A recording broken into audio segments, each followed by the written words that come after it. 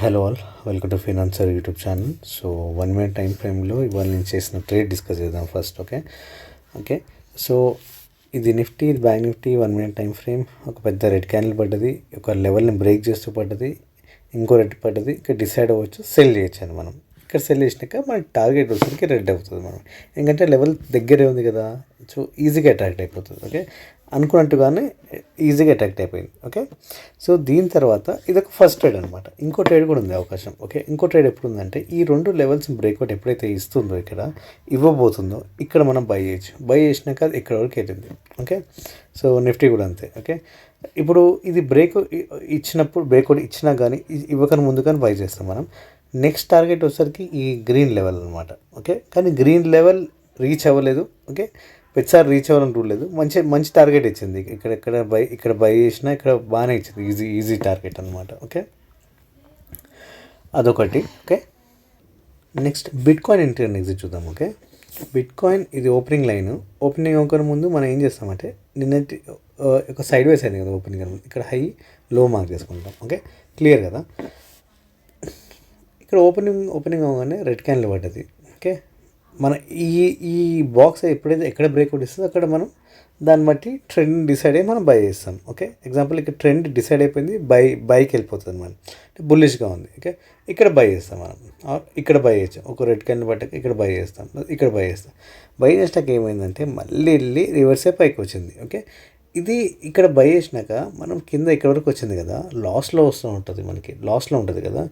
మనం సైకలాజికల్ చాలా డిస్టర్బ్ అయిపోతాం. మనం ట్రేడ్ తీసుకుంది కరెక్టా కాదా, ట్రేడ్ కరెక్టా కాదా అని డిసైడ్ అవుతుంటే, బట్ ఈ లెవెల్ బ్రేక్ అయ్యేంత వరకు మనం డిసైడ్ కావద్దు, ఎగ్జిట్ అవ్వద్దు. ఓకే, ఇక్కడ బై చేస్తాం, ఈ లెవెల్ బ్రేక్ అయ్యేంత వరకు మనం ఎగ్జిట్ కావద్దు, అట్లానే హోల్డ్ చేయాలి. సడన్గా చూసారా ఎంత పెద్ద ర్యాలీ ఇచ్చింది. ఓకే, దాని తర్వాత మళ్ళీ ఇంత పెద్ద ర్యాలీ ఇచ్చింది, ఇంత మంచి టార్గెట్ ఇచ్చింది అనమాట. అందుకే హోల్డ్ చేయాలన్నమాట మనం. నెక్స్ట్ గోల్డ్, ఇది క్రూడ్ ఆయిల్ చార్ట్ చూద్దాం. ఓకే, క్రూడ్ ఆయిల్ చార్ట్ ఎట్లా ఉందంటే, ఫస్ట్ ఓపెన్ అవ్వడానికి డోజీ అనమాట. ఓకే, డోజీ, ఈ డోజీకి మనం పైన ఇక్కడ ఒక లెవెల్ గీసుకుందాం, ఇక్కడ ఒక లెవెల్ గీసుకుందాం. ఓకే, ఇప్పుడు ఒక బాక్స్ గీసేసుకున్నాం కదా. ఓకే, ఒక పెద్ద క్యాండిల్ పడ్డది కదా, బాక్స్ గీసేసుకుందాం మనం. ఇప్పుడు నెక్స్ట్ ఎటు బ్రేక్అవుట్ అవుతే అటు మనం ట్రేడ్ తీసుకుందాం. ఇక్కడ బ్రేక్అవుట్ అయింది, సెల్ ట్రేడ్, ఇక్కడ సెల్ ట్రేడ్ తీసుకుంటాం. బట్ సడన్గా మనం సెల్ చేసినాక మళ్ళీ పైకి వెళ్ళి మనం మార్కెట్ పేషెన్స్ని టెస్ట్ చేసింది మనకి. ఓకే, మనం పేషెంట్గా హోల్డ్ చేసామనుకోండి, చూసారు ఎంత పెద్ద మనకి టార్గెట్ ఇచ్చిందో.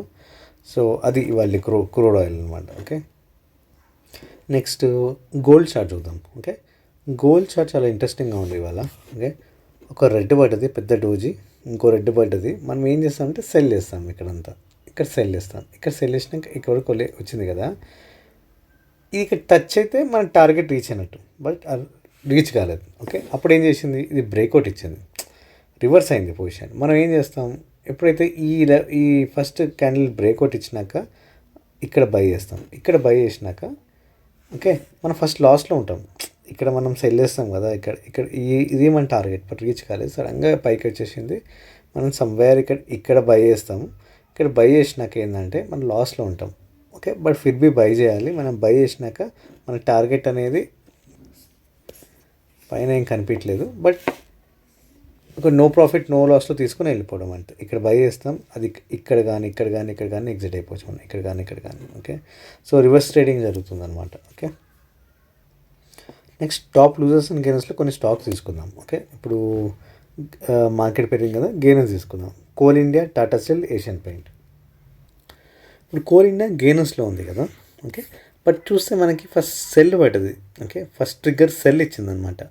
గ్రీన్ రెడ్ ఇక్కడ సెల్ చేస్తాం మనం. సెల్ చేసినాక మన టార్గెట్ వచ్చేసరికి బ్లూ కింద కూడా ఇక్కడ ఒక 2 క్యాండిల్స్ పడ్డా కూడా ఎగ్జిట్ అయిపోవచ్చు మనం. ఇప్పుడు దాని తర్వాత ఇంకో ట్రేడ్ ఉంది మనకి. ఓకే, ఇప్పుడైతే ఈ లెవెల్ బ్రేక్అవుట్ అయిందో, ఇక్కడ బై చేయొచ్చు మనం. ఇక్కడ బై చేస్తే మన టార్గెట్ వచ్చేసరికి నెక్స్ట్ గ్రీన్ లెవెల్ అనమాట. ఓకే, మన టార్గెట్ ఏదైతే గ్రీన్ కనిపిస్తుంది ఈజీగా రీచ్ అయిపోయింది మనకి. ఓకే, దాని తర్వాత గ్రీన్ రీచ్ అయినాక గ్రీన్ వరకు ఎగ్జిట్ కావచ్చు మన లెవెల్, పైన కూడా ఎగ్జిట్ కావచ్చు మనం. ఓకే, నెక్స్ట్ స్టాక్ వచ్చేసరికి టాటా స్టీల్ కూడా అంతే. గ్రీన్ పడ్డది, రెడ్ ఇక్కడ సెల్ చేస్తాం. సెల్ చేసినాక వచ్చేసరికి సెల్ చేస్తాం కదా, మన టార్గెట్ వచ్చేసరికి బ్లూ లైన్, కానీ బ్లూ లైన్ రీచ్ కాలేదు. ఓకే, ఇక్కడ మనం ఏం చేస్తామంటే బ్లూ లైన్ రీచ్ కాలేదు కాబట్టి ఓకే మళ్ళీ రివర్స్ అయింది కదా, రివర్స్ ట్రేడింగ్ చేస్తాం. రివర్స్ అయినాక మనం ఎప్పుడైతే ఈ లెవెల్ బ్రేక్అవుట్ ఇచ్చిందో, ఇక్కడ ఫస్ట్ క్యాండిల్ పైన బ్రేక్అవుట్ ఇచ్చిందో ఇక్కడ బై చేస్తాం మనం. ఇక్కడ బై చేస్తే మళ్ళీ కింద కాసేపు కిందికి వచ్చింది, పేషెన్స్ లెవెల్ టెస్ట్ చేస్తుంది, కానీ అల్టిమేట్గా ఒక లెవెల్ రీచ్ అయిపోయింది. ఈ లెవెల్ పైన కూడా వెళ్ళిపోయింది మనకి. ఓకే ఏషియన్ పెయిన్ కూడా అంటే ఇది టాప్ గైనర్స్లో ఉంది, చూస్తేనో కింద పడేది స్టాక్ కాసేపు. ఓకే ఓకే గ్రీన్ రెడ్ ఇక్కడ సెల్ చేస్తాం. ఇక్కడ సెల్ చేసినాక మన టార్గెట్ వచ్చేసరికి ఈ గ్రీన్, కానీ గ్రీన్ రీచ్ కాలేదు, ఇక్కడ వరకు వచ్చి రివర్స్ అయినట్టుంది. ఓకే మనం ఏం చేస్తామంటే ఇక్కడ సెల్ చేయొచ్చు, మనం తొందరగా స్మాల్ ప్రాఫిట్స్ కావాలంటే ఎగ్జిట్ అయిపోవచ్చు. బట్ ఎప్పుడైతే రివర్స్ అయ్యి ఈ లెవెల్ ఈ బ్లూ లెవెల్ని బ్రేక్అవుట్ ఇచ్చిందో ఇక్కడ బై చేస్తాం. ఓకే ఇక్కడ కానీ లాస్లో ఉంటాం మనం. ఒకవేళ మనకి ఇక్కడ సెల్ ఇస్తాం, రివర్స్ అయ్యి పైన పొజిషన్ ఇక్కడ వరకు పైకి వెళ్ళింది కదా, సో రివర్స్ అవుతుంది కదా ఇక్కడ ఈ బ్లూ లెవెల్ బ్రేక్అవుట్ అయితే మనకు కన్ఫర్మేషన్ దట్ పైకి వెళ్తుందని, అంటే స్ట్రాంగ్ లెవెల్ కాబట్టి. ఓకే ఒక లెవెల్ బ్రేక్ అవుతుంది కానీ మనం లాస్లో ఉంటాం. లాస్లో ఉంటాం కానీ బై చేస్తాం. బై చేసినాక మనకి నో ప్రాఫిట్ నో లాస్లో అట్లీస్ట్ ఇక్కడ కానీ ఎగ్జిట్ అయిపోతే చాలండి, ఇంకంతే. పెద్ద ప్రాఫిట్ రావాలని కోరుకోకూడదు. నెక్స్ట్ లూజర్స్లో చూద్దాం. Infosys, Tata Motors, Bajaj finance. Okay Infosys చూద్దాం. ఒక 2 రెడ్ క్యాండిల్స్ పడ్డాయి. ఓకే దాని తర్వాత మన టార్గెట్ వచ్చేసరికి బ్లూ. అట్లీస్ట్ ఈ లెవెల్కి మిడ్లో ఇక్కడ ఎగ్జిట్ అయిపోవచ్చు, డీసెంట్ ప్రాఫిటే మనకి. కానీ అది రీచ్ కాలేదు ఒకే రోజులో రీచ్ కావాలని రూల్ ఏం లేదు. మిడ్ అయితే అది రీచ్ అయిందండి. Okay Tata Motors passenger vehicle.